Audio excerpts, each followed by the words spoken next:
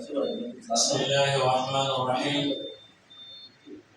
السلام عليكم ورحمة الله وبركاته.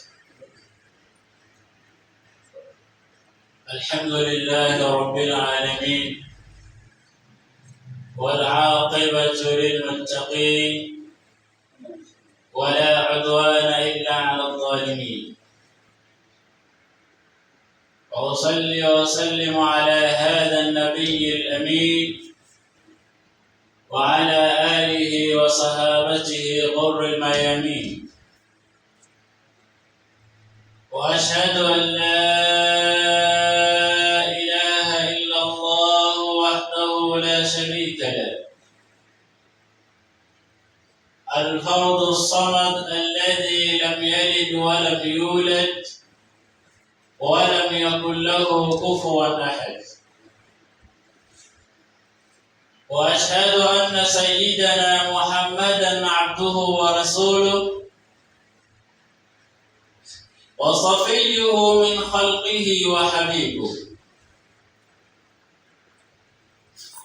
أما بعد، فيا أيها المؤمنون الأعزاء، أوصيكم ونفسي بتقوى الله عز وجل، فقد فاز المتقون. واعلموا أن لباس المرء تقوى ربه، ولا خير في من كان لله عاصيا. يقول الله تبارك وتعالى بعد أعوذ بالله من الشيطان الرجيم: وما كان لمؤمن ولا مؤمنة إذا قضى الله ورسوله أمرا أن يكون لهم الخيرة من أمره. وقال صلى الله عليه وسلم: لا طاعة لمخلوق في معصية الخالق. Ndugu zangu katika imani, baada ya kumshukuru Mwenyezi Mungu Subhanahu wa Ta'ala na kumtakia rahma na amani shekhe letu na kipenzi chake na kipenzi chetu bwana wetu Muhammad sallallahu alayhi wasallam, ndugu zangu, kwanza kabisa tupeleke shukrani za dhati kwa Allah Subhanahu wa Ta'ala, kwa sababu yeye peke yake ndio ametupa sisi nguvu tukaweza kuwa ndani ya nyumba yake, ndani ya msikiti kama huu kwa ajili ya ibada ya salatu Ijumaa. Hii yote ni uwezo wa Allah Subhanahu wa Ta'ala. Hakuna ambaye ana uwezo huo isipokuwa yeye peke yake. Kwa hiyo tunamshukuru Allah Subhanahu wa Ta'ala kwa hilo. Pili, Ijumaa iliyopita tulizungumza ni namna gani utajiandaa kwa ajili ya kupokea mwezi mtukufu wa Ramadhani, na tulifaidika na tukaona kuna haja kubwa ya Muislamu na muumini kuwa tayari na mgeni kama huyu. Leo insha Allah Ta'ala tutazungumzia yale mambo ambayo yametokea ndani ya mwezi wa Shaaban. Inawezekana mtu yuko ndani ya mwezi kama mwezi wa Shaaban, lakini hayajui yaliyotokea ndani ya mwezi wa Shaaban. Inawezekana katika mwezi wa Dhulqa'da, lakini hujui mambo gani yametuka katika mwezi wa Dhulqa'da. Kadhalika Ramadhani si Ramadhani tu, kuna mambo yametokea pale, kuna mambo yamefanyika katika ule mwezi, na insha Allah Ta'ala ikifika mwezi mtukufu wa Ramadhani tutaeleza mambo kama haya. Moja katika mambo hayo ni vita vya Badr. Waislamu wamefunga tarehe 17 ya mwezi mtukufu wa Ramadhan watu wamefunga, jua kali, lakini wako vitani kwa ajili ya la ilaha illa Allah Muhammadur Rasulullah. Kwa hiyo hayo tutayaona insha Allah tukifika huko. Leo tuangalie yaliyo ndani ya mwezi wa Shaabani. Takriban mambo karibia 10, lakini hatutayaeleza yote, na hayo ambayo tutaeleza kwa ikhtisar, kwa sababu tukisema tunashika moja tueleze mpaka tumalize, basi bima itamalizika. Lakini kwa sababu tunataka watu wapate faida, watu waelimike, tutaeleza kidogo kidogo hayo mambo, na inshallah Mwenyezi Mungu Subhanahu wa Ta'ala tujalie ni wenye kuwa wasikivu na kuchukua mafunzo katika haya nitakayozungumza. Mimi binafsi nachukua mafunzo, na vile vile nyinyi chukueni mafunzo, kwa sababu mwalimu na mwanafunzi wote wako darasani. Mwalimu na wanafunzi wote wako darasani. Wakati wao unafundisha uko darasani. Kwa hiyo kile unachokisomesha kinazidi kukuingia vizuri, kwa sababu wewe ni mwalimu, unatoa. Na hapa kuna nukta kabla sijasonga mbele. Unajua kuna kufundisha na kusomesha. Kuna tofauti ya kufundisha na kusomesha. Nimeingia darasani, nimesomesha ubaya wa bangi, ubaya wa kuvuta mihadarati, ubaya wa kuvuta sigara. Nimesomesha somo hilo. Hii ndo mada yangu. Leo tunasoma somo uharibifu na ubaya wa uvutaji bangi kwa darasani hapa. Baada ya somo kumalizika, nimesomesha shamaliza, nimetoka sasa. Nimeingia kipembeni pale kando, nimetoa bangi na vuta.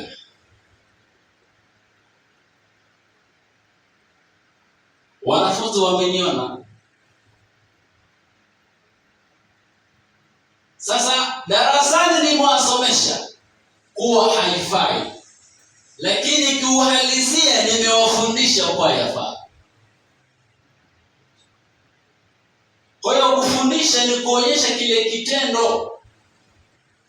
Iko unafundisha ibada, basi wewe uwe wa kwanza kufanya ile ibada.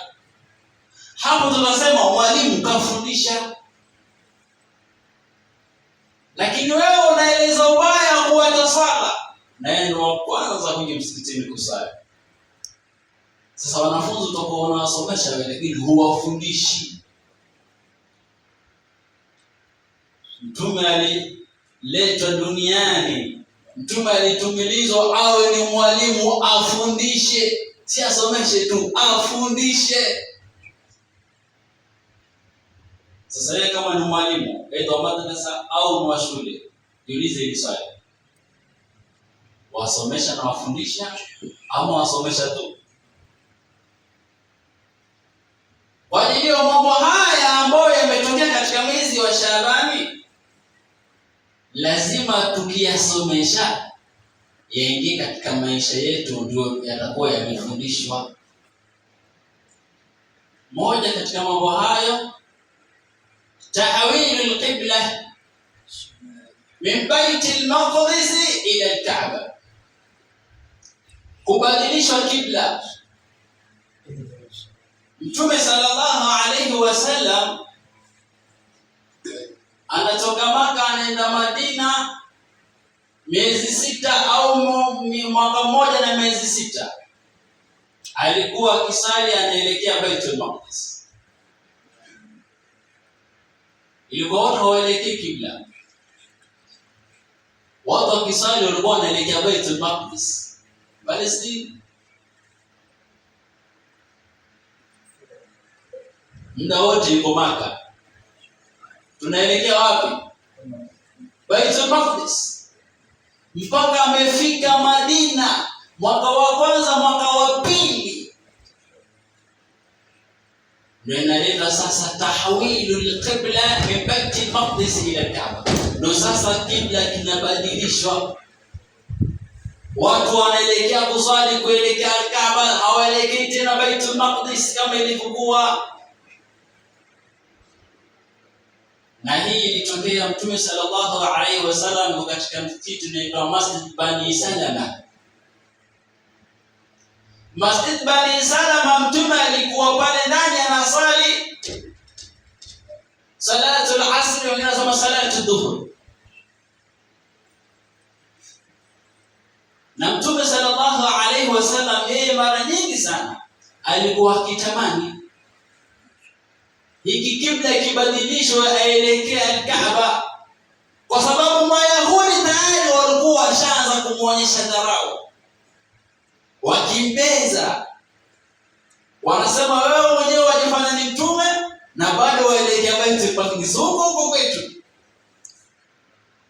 Sasa Mtume sallallahu alaihi wasallam alikuwa akitamani sana kibla kibadilishwe, akawa akisali anaangalia mbinguni, akisali anaangalia juu, akitarajia Mwenyezi Mungu Subhanahu wa Ta'ala amteremshie wahi kupitia na Jibril kwamba sasa hivi kibla kibadilishwe, elekeeni huku. Ndio Allah Subhanahu wa Ta'ala anasema qad nara taqalluba wajhika fi as-samaa, tumeona sisi ukielekeza uso wako mbinguni sana. فَلَنُوَلِّيَنَّكَ قِبْلَةً تَرْضَاهَا, kwa hiyo tutakubadilishia kibla ambacho wewe binafsi utakiridhia, si mimi Allah, wewe. Qiblatan tardaha. Unajua Mwenyezi Mungu Subhanahu wa Ta'ala mambo yote ya mtume ni mtume aridhie, si yeye. Allah Musa alipofanya haraka kuja kwa watu wake, Allah alipomuuliza, Musa anamjibu Allah anasema wa'ajiltu ilayka rabbi litarda, nimefanya kuja haraka ili wewe Allah uridhie. Lakini tazama Mwenyezi Mungu anamwambia mtume, wala sawfa yu'tika rabbuka fatarda, wewe si mimi, wewe ndio uridhie. Musa ni Allah, lakini Muhammad sallallahu alaihi wasallam ni yeye. Sasa Allah anamwambiaje? فَلَنُوَلِّيَنَّكَ قِبْلَةً تَرْضَاهَا, tutakubadilisha kibla ambacho wewe mwenyewe utaridhia. Sasa wako katika Masjid Bani Salama, anashuka Jibril anamwambia qad nara taqalluba wajhika fi as-samaa falanuwalliyannaka qiblatan tardaha fawalli wajhaka shatra al-masjid al-haram. Amri sasa hiyo, jamaa wako msikitini Masjid Bani Salama wanasali salatu al-asr ama dhuhri, wakielekea Baitul Maqdis. Aya inashuka inasema fawalli wajhaka shatra al-masjid al-haram, elekezeni nyuso zenu Baitul Haram, Makkah kule kwenye Mtume sallallahu alayhi wasallam na masahaba na masahaba pale pale ndani ya sala wakageuka wakaangalia Baitul Haram ndani ya sala, kwa sababu ni amri imekuja ile, na amri ikija pale pale inatekelezwa. Ule msikiti ukabadilishwa jina, badala ya kuitwa Masjid Bani Salama ukaitwa Masjid al-Qiblatayn, msikiti wa kibla mbili, kwa sababu hiyo sala moja wameelekea Baitul Maqdis, kisha wakaelekea wapi? Baitul Haram, ukaitwa Masjid Qiblatayn. Leo ukienda Madina utapata msikiti Masjid Qiblatayn. Sasa Mtume sallallahu alayhi wasallam akageuka pale pale, hakuna cha kuuliza, hakuna cha maswali, Hata masahaba wenyewe pia hawakuuliza. Bwana tena tunajogopa la hawakuuliza. Kwa sababu Allah subhanahu wa ta'ala anasema wama kana limu'minin, na haikuwa kwa mu'min wa kweli mwanamume wala mu'minatin, na kwa mu'min wa kweli mwanamke, idha qada Allahu wa rasuluhu amran, Mwenyezi Mungu na mtume wake wakipitisha jambo, haiwi kwa mu'min wa kiume mkweli na kwa mu'min wa kiume mkweli, ayakuna lahumul khiyaratu min amri, kwa wana khiari wasifanye au wafanye. La, madamu Allah na mtume washapitisha, basi na sisi tutafanya. Kwa pale pale wakageuza kibla, wakaelekea Baitul Haram kule Makkah. Lakini wengine walikuwa hawajapata hizi habari, kwa sababu habari imefikia kwa wale ambao wako na mtume pale. Abdullah ibn Umar anasema watu walikuwa wanasali salatu subuhi Masjid Quba, bado tuko Madina, kwa sababu Quba na Madina si mbali, ni kilomita kadhaa. Sasa anasema Abdullah ibn Umar, watu wa salatu subuhi, anakuja mtu anamwambia, jamani, mtume kateremshwa aya usiku wa leo, وقد أمر أن يستقبل الكعبة فاستقبلوها. Ameamrishwa elekee wapi? Al-Kaaba, Makkah. Ona nyinyi elekeni huko huko, wako kwenye salatu subuhi. Abdullah ibn Umar anasema wa kana tujuhuhum ila Sham, na walikuwa wameelekea Sham. Fastadaru ila al-Kaaba, wakageuka wakaelekea. Kwa nini? Amri ya Allah subhanahu wa ta'ala ikifika imefika, haijalishi uko wapi, pale pale unaitekeleza. Bali hadithi ya Bukhari anaeleza Bara ibn Azib sahihi Bukhari, anasema wao ilikuwa ni salatu al-asr, mtume anasali salatu al-asr, amekuja mtu nyuma yake wanasali pamoja salatu al-asr.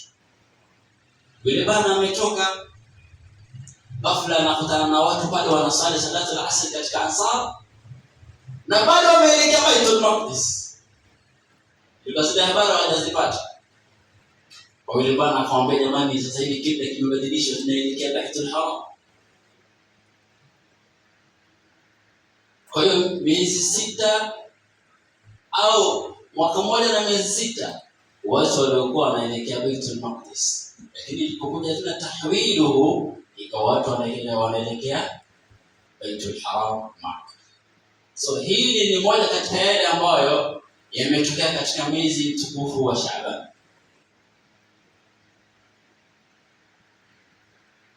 Jambo la pili, katika mwezi huu wa Shaaban vilitokea vita vya Bani Mustaliq. Bani Mustaliq hili ni kabila limetokana na ukoo wa Khuzai,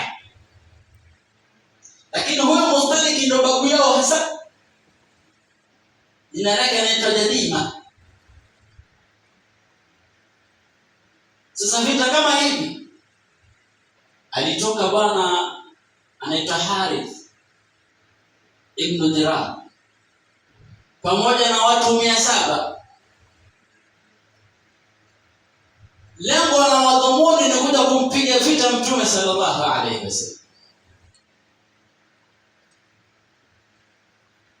Kwa hiyo Mtume sallallahu alaihi wasallam akamwamrisha sahaba Buraida ibn Husayn, nenda ukafuatilie mambo kama haya, ujue kweli, na kama kweli na sisi tutajiandaa. Asamida Buraid akafanya uchunguzi, akakuta kweli, kwa maana Harith ibn Dirar kaandaa hilo jeshi kuja kumpiga Mtume sallallahu alaihi wasallam.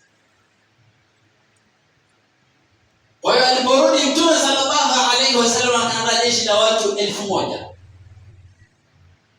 na wapiganaji ambao wako juu ya farasi 30. Unajua kwenye vita msiende tu nyote matembea kwa miguu. Lazima wao wengine ni askari wako juu ya farasi, ukipiga ni shaka atashinda. Kwa hiyo Mtume sallallahu alaihi wasallam wakatoka pamoja mpaka wakafika mahali panaitwa Murai.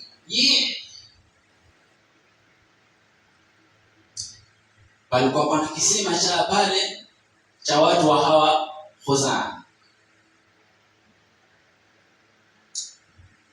Wamefika pale, vita pataka kuanza.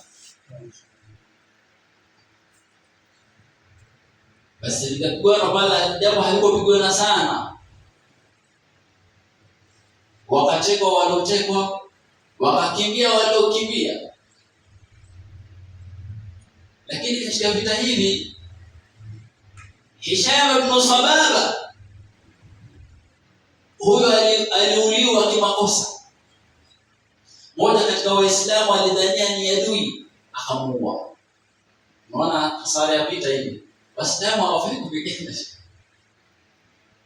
Na hivi ilikuwa ni Makuraish, makafiri na Waislamu, lakini tazama imepatikana kosa dogo tu ameuawa Waislamu. Lazima tuchunge sana vita. Kwa sababu unaweza ona kwamba mimi nitawapiga hawa ukapiga wewe. Ama mkapiga lakini nyinyi mkafa kweli kweli.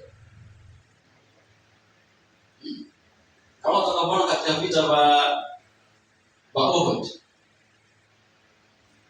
Waislamu tulikataa amri ya Mtume. Mtume katika vita vya Uhud aliweka watu 50 kwenye mlima. Akawaambia kaeni hapo msishuke. Tushinde au tusishinde, hapo msishuke. Subhanallah. Hatuko sikiza amri ya Mtume sasa. Tulipoona tunashinda watu wanachukua gawira tukatoka kwenye mlima. Wow. Tulipigwa. Tulitandikwa. Kwa nini? Tumekhalifu amri ya Mtume sallallahu alaihi wasallam. فليحذر الذين يخالفون عن امره ان تصيبهم فتنه او يصيبهم عذاب أليم. الله سبحانه فليحذر الذين يخالفون عن امره واشكوا tahadhari wale ambao wanakhalifu amri ya Mtume sallallahu alaihi wasallam an tusibahum fitnatun au yusibahum adhabun, sije kapata fitna au kapata adhabu kali. Tazama tulipata nini? Fitna. Ukumbuke katika vita vya Uhud Khalid bin Walid alikuwa hajasilimisha. Huyo jamaa huyo tukifika tukimueleza ndio ni hatari. Lakini alhamdulillah alikuja kusilimu akalipiza shekhi. Tukamtumia huyo tukalipiza.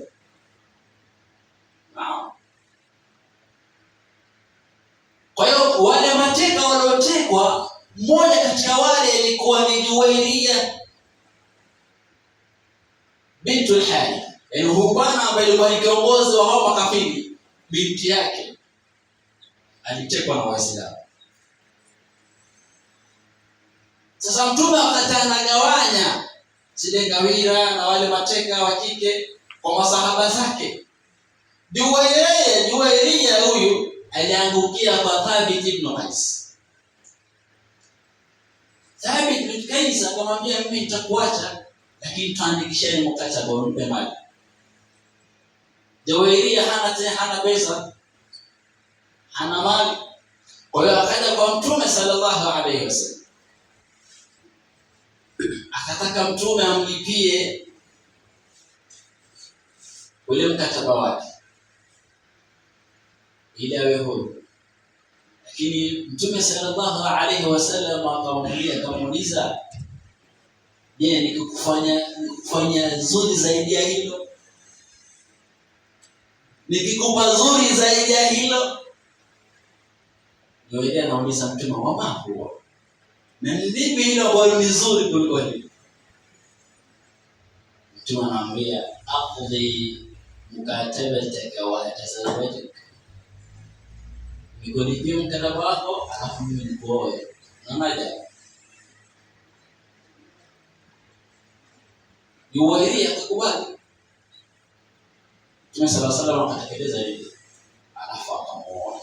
Wakati huo alikuwa haitwi Juwairia, alikuwa anaitwa Barra, lakini Mtume akambadilisha jina akamwita Juwairia. Jina zuri la mtoto wa kike. Wewe mwanao unamwitaje? Tulisema huko nyuma tuchukue majina mazuri ya kuita watoto wetu. Jina zuri, tuchukue jina zuri. Hadi mwenyewe anatamani kuitwa. Sasa Mtume akamwambia, wewe ni Juwairia. Basi aliposilimu, familia yake yote ikasilimu. Basi na sisi kama tuoe kwa ajili ya maneno mazuri kama haya. Uoe kwa ajili ya lengo zuri. Mtume si kwamba alikuwa anataka sana kuoa. Alijua huyu akisilimu huyu au wote shachukua. Au wote washaenda kwenye dini. Ni kawaida. Kwa hiyo mambo yaliyotoka katika Shaabani, moja ni ile Ghazwat Bani al-Mustaliq. Lakini baada ya Ghazwat Bani al-Mustaliq kuna jambo la tatu lilitokea. Hadithul ifk, hadithi ya uzushi, ya uongo, kusingiziwa mama yetu na Aisha radhiallahu anha. Wakisaki Mtume na mama zetu, usishangae. Aisha ni mama yako, Khadija mama yako, Ramla mama yako. Ramla tena ni mke wa Mtume. Nilisema huko nyuma Mtume sallallahu alaihi wasallam aliposta wanawake 30. Kama kuna mtu anakumbukumbu vizuri atakumbuka.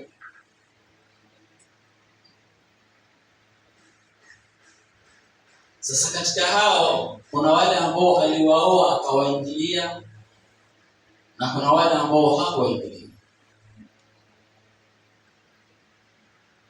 Alhasil miongoni wa wakizake Mtume ni Ramla, mwingine ni Maria al-Qibtiyya,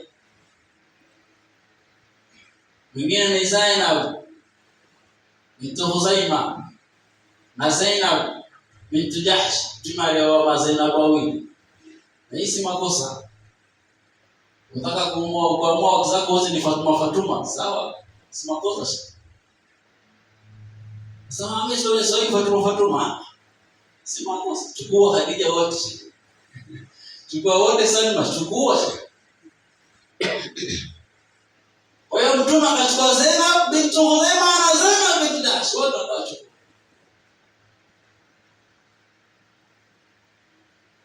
Sasa katika mwezi huu ilitokea jambo kubwa kama hili la kusingiziwa na Aisha kuwa ametoka kimapenzi na sahaba Safwan ibn al-Mu'attal. Mke wa Mtume anatoka kimapenzi na sahaba, mke wa sahaba mtukufu, mtoto wa sahaba mtukufu Abubakar Siddiq. Abubakar Siddiq binti yake afanye zina. Hayo makubwa. Haikili. Mtu ambaye Mtume anasema milango yote ya pepo itamwita yeye. Abubakar Siddiq. Mtu ambaye Mtume anasema masahaba wamejaribu kushindana naye, wamemshinda. Mama ameshindana na Abubakar lakini hakuna siku wamemshinda. Hakuna. Kila kijaribu kushindana na Abubakar yuko mbele.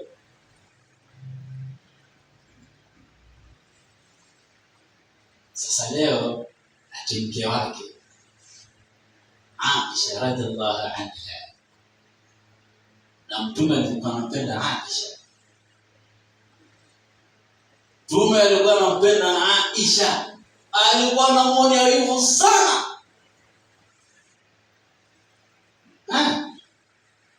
Na lazima muonee hivyo mke wako Sheikh. Sio anashika anacheka hivi. Wewe vipi wewe? Kwa na wivu. Kwa hiyo kama mwanaibu sana Aisha. Mpaka anaambia masahaba la tunatuni fi Aisha, mzidi wewe na Aisha. Yaani msifanye kitu kimoja Aisha mimi naudhika. Ana mahaba. Wewe je? Unampenda mke wako kiasi gani? Au ukishatoka asubuhi ndio hivyo, mpaka tena jioni ndio asalamu alaykum.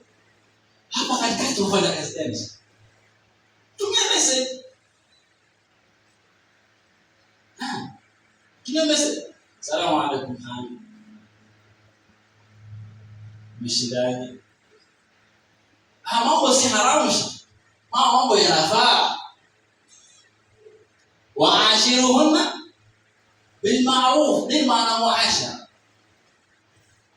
Muashara ni jambo pana sana katika ndoa. Kukaa naye wema, kukaa naye kwa wema ni vitu vingi. Sasa usikae kama gogo tu, niko busy. Tafuta muda baba. Ikizekana ukishatoka tu nyumbani dakika tu 5 utatuma message. Comments ndio wangu. Now Mtume sallallahu alayhi wasallam anachukua uzi. Baada ya Aisha anamletea Mtume uzi.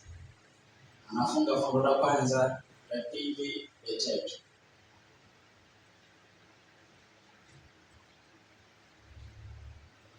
Anachukua ule uzi, Mtume anaenda kuweka mahali pale. Baada ya siku kadhaa Aisha anamuuliza Mtume, vipi ule uzi wako unaendeleaje? Mtume anawaambia bado uko vile vile. Yaani mapenzi yetu tuliyoyafunga pamoja bado yako vile vile. Mimi na wewe sasa. Asubuhi 50%, usiku 0. Takiwi hivyo baba. Kwa hiyo wanamsingizia Aisha kwa ametoka kimapenzi na sahaba. Kwa watu wameonekana pamoja. Hii si hoja. Si hoja. Kuwaona watu pamoja haitoshi. Alafu kuwa watu pamoja haisemi kwamba hii ni zina al-haqiqiyya. Unajua kuna zina ya hakika na kuna zina ya kimajazi. Unajua hivyo? Mtume anasema macho anazini, je, ni kweli anazini? Ni fumbo tu. Anazini kwa kutamani, kwa kuona. Lakini je, ndio umefanya? Hujafanya. Kwa ni majazi. Sasa ukiwaona hivi pamoja tu haimaanishi, bali kunatakiwa ushahidi hasa. Watu 4, mashahidi 4, kisha waadilifu. Waje waone kabisa kile kitendo kinaendelea. Na sikuona tu, waone ile ala ile. Nenda up and down. Usema ni magumu toka unataka mbele. Hiyo haitoshi ushahidi. Ile kitu umeiona yaenda dijitali. Unaona? Ninaposema sheria hivyo. Usenda kwa watu kwa tema polisi watu vurugu kwenda kwa shamba baba kwa mtoto wa watu. Nini sasa? Ija mfasikum binabai fitaniyan. Masala ya fiqh yake yaelezi kwa ndani. Fiqh ni somo la sheria, halikutu juu, lina maelezo marefu bidikha, watu wafahamishwa masuala kama haya. Wala ushahidi sio kwa wewe umeona unakuja kuitaweza kweli jambo chache moja. La. Sheria haitaki ushahidi huo.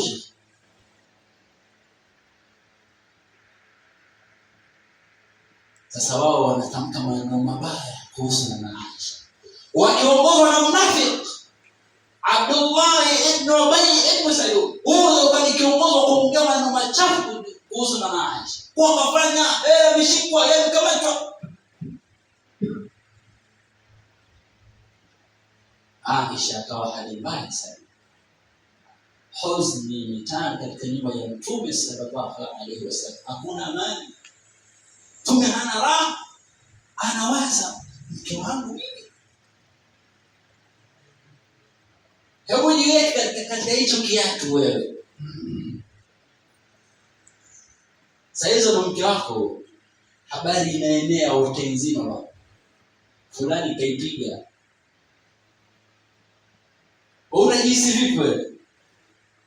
Sasa ni Mtume sallallahu alaihi wasallam, hali kama hiyo ishamtokea. Sasa unatarajia atakuwa hali gani? Haya mambo Waislamu tuweni makini. Wallahi tuweni makini sana. Wallahi tuweni makini. Macho hayatoshi peke yake. Narudia tena, macho hayatoshi. Wapeni kisa kidogo kabla ya kuendelea. Kuna bwana alikuwa yeye kila asubuhi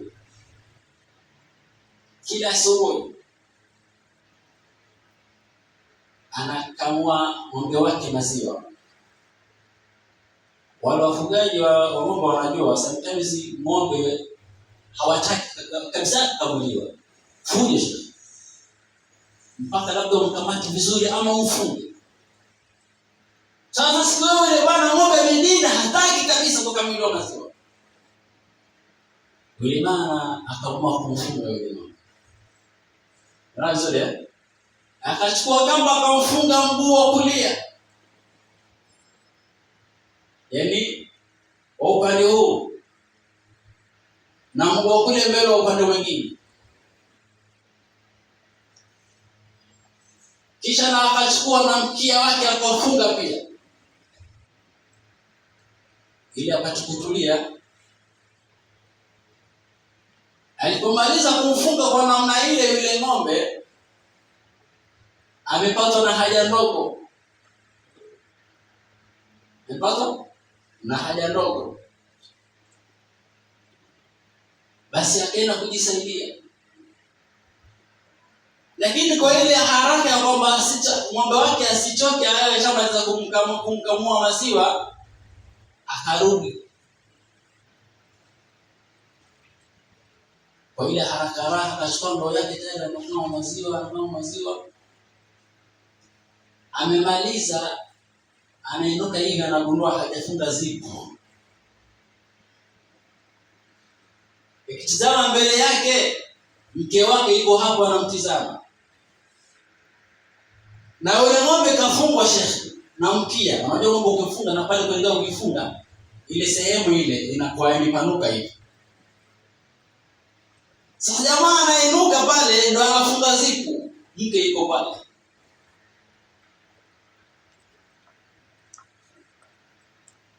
Utadhania mke amemfikiria nini hapo? Anafikiria vibaya kwa nini? Kwa kuona. Lakini je, kafanya? Hajafanya basi. Kwa hiyo tusitoshike na kuona tu. Niwaambie juma iliyopita hapa, kuna AI. Kaeni makini. Tusiwatie watu kwenye dhambi. Tusiwatie watu kwenye makosa kama alivyofanywa na Aisha. Maskini. Sasa Allah subhanahu wa ta'ala anamwambia Mtume sallallahu alaihi wasallam, innal ladhina ja'u bil ifki usbatun minkum, hao waliokuja na uzushi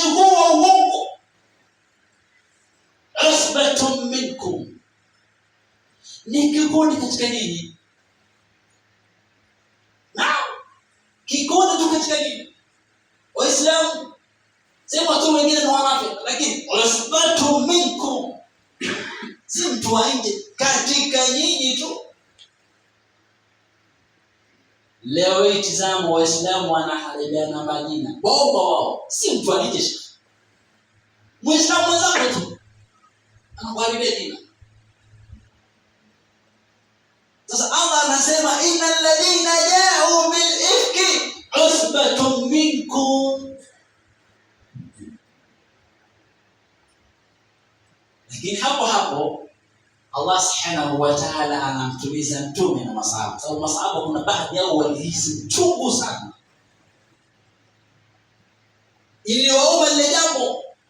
Sasa Allah anawatuliza, anamwambia la tahsabuhu sharran lakum bal huwa khairun lakum. Hizo habari msidhanie kuwa ni shari kwenu nyinyi, la, hizo ni khairi, ni khairi. Kwa sababu habari hizo ndio zitabainisha mnafiki na muumini. Kila mwenye kukubali hizo habari basi ni mnafiki, na kila mwenye kukataa basi ni muumini. La tahsabuhu sharran lakum bal huwa khairun lakum, ni khairi. Kisha Allah anamaliza, anaendelea, anawaambiaje? Likulli mri'in minhum maktasaba min al-ithmi. Wote katika hao wanaoeleza hizo uvumi mbaya, maktasaba min al-ithmi, wana makosa na watapata adhabu kulingana na makosa yao. Naam. Kwa hiyo tuchunge sana. Chunge sana. Ama wanaambiwa nimesikia umetokea hivi, la. Inna Allaha yakrahu alaykum thalatha. Mwenyezi Mungu Subhanahu wa Ta'ala anachukia vitu vitatu. Vitu hivi vitatu hivi Allah anachukia sana. Cha kwanza, qila wa qala, maneno ya kuambiwa. Nimeambiwa amefanya. Nimeambiwa kitu fulani. Wewe unaambiwa tu. Kila kitu kinachofanyika wewe ndio unaambiwa. Ni hakuna habari, lazima wewe utajua. Allah anachukia mtu kama huyo. Mtu ambaye haishiwi, kila kitu anajua. Mtu anachukia sana Allah. Ile maneno ya kuambiwa. Mimi nimeambiwa, sasa unaambiwa unashahidi. Na uhakika hizi habari za kweli. Sasa watu kama hao Allah anawachukia. Kitu cha pili ambacho Allah anachukia, idaatul mali, kuharibu mali. Na mali inaingia mpaka magari, pesa, majumba. Allah Subhanahu wa Ta'ala amekupa, basi usiharibu. Kuna watu wanaharibu sana senti. Kuna watu wanaharibu mali zao kweli kweli. Eti kwa Mungu kampa, sasa anaharibu tu. Allah anachukia mtu kama huyo. Ikiwa hakuna haja ya kufanya hivyo, usifanye. Mtu ananunua kiatu tariki moja ni 50. Subhanallah. Kiatu tariki moja ni 50. Na kuna maskini hawana chakula. Na kuna wadana hana mahali pa kulala. Kuna watu wachokora wanalala njaa, unakula uchafu. Wewe una machato laki moja 50. Ina maana hakuna mambo ya kufanyia hiyo pesa yako. Waislamu, hali gani sisi?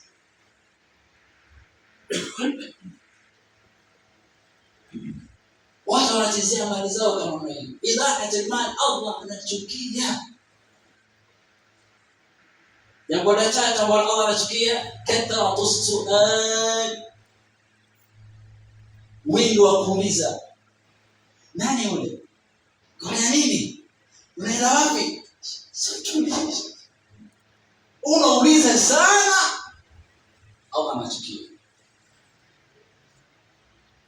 Kuuliza sana kuna maangamivu.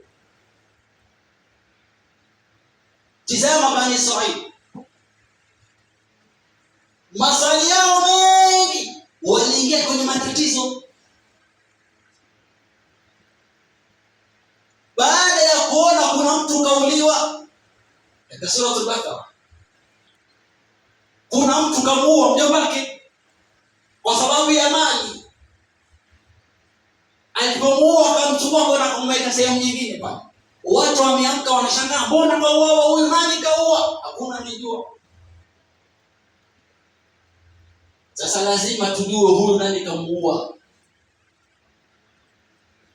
Wakaenda kana Allah Musa, ya Musa, fulani kauawa, hatujui nani kamuua. Tuulizie kwa Allah nani kamuua, tupate kujua muuaji. Allah Musa anaenda kwa Mwenyezi Mungu, anafanya ibada zake, kisha Allah anamuuliza, umesahau ulituma nini kule? Anasema, ya Allah, kweli nimetumwa.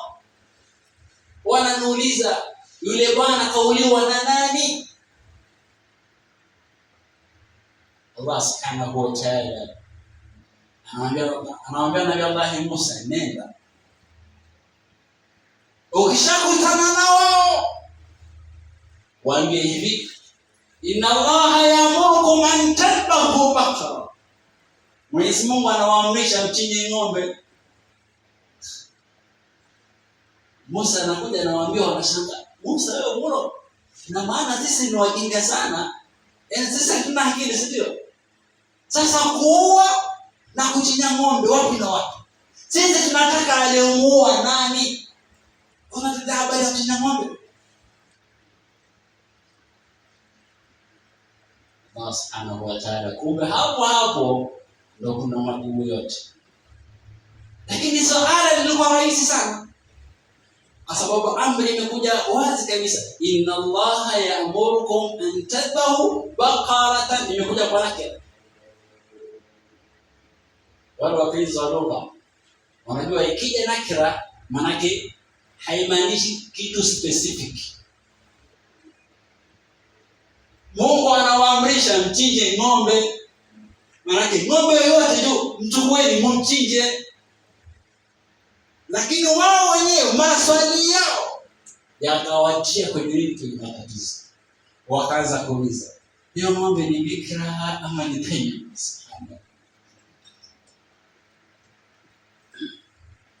Wakajibiwa, wakauliza tena, huyo ng'ombe rangi gani? Na Allah subhanahu wa ta'ala aliwapa mtihani shekhi, akawaambia huyo ng'ombe atakuwa rangi yake safra'u faqi'un lawnuha tasurru an-nadhir. Huyo ng'ombe ni wanjano. Jamani, nauliza tu sana, na wazee wangu mtanisaidia, nani hapa ashayokuona ng'ombe wa njano? Ainyo.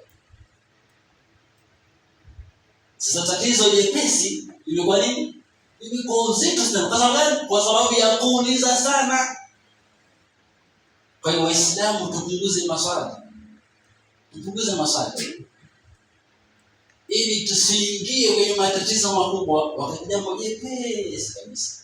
Mwenyezi Mungu Subhanahu wa Ta'ala أشهد أن الذين سمعون القول فيتبعون أحسنه. السلام عليكم ورحمة الله.